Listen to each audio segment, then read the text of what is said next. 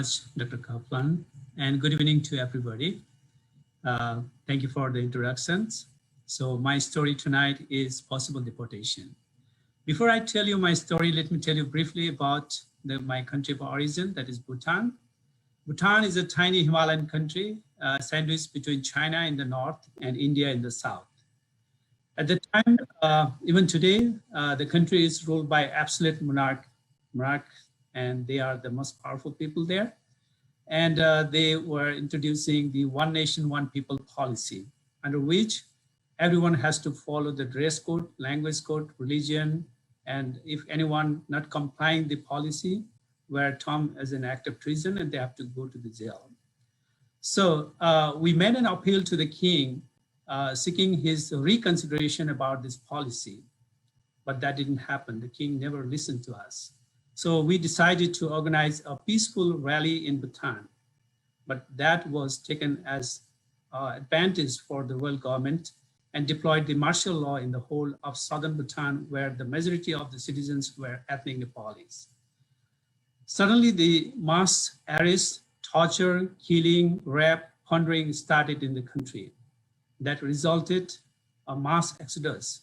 People started fleeing from the country looking for safety and security in India and Nepal. We came to the exile and we started creating a platform where we can continue working for the human rights and democracy in Bhutan. So under the Indo-Bhutan Friendship Treaty of 1949, Article 7, we were treated equally in India, and for the Indian, equal in Bhutan. So we didn't have any fear in India. So we visited New Delhi in the month of April 1997 and started a meeting with the political leader, human rights leaders, and campaigning for human rights. With me, there was one prominent Buddhist leader. So one afternoon, we were planning for our activities for the following day. Somebody knocked at the door. And when I opened the door, there were a few people standing outside.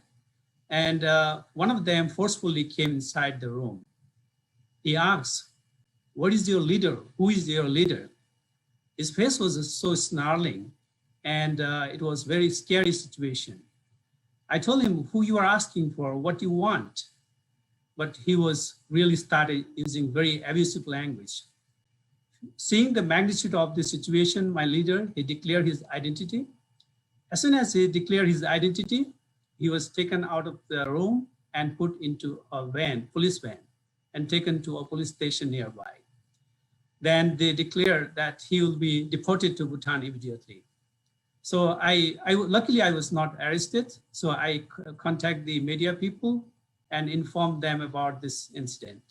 I also contact with the human rights leaders and other supporting groups.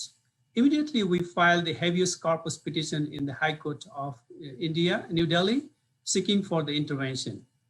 The court decided to intervene on this matter, but ordered for 1 year's investigation.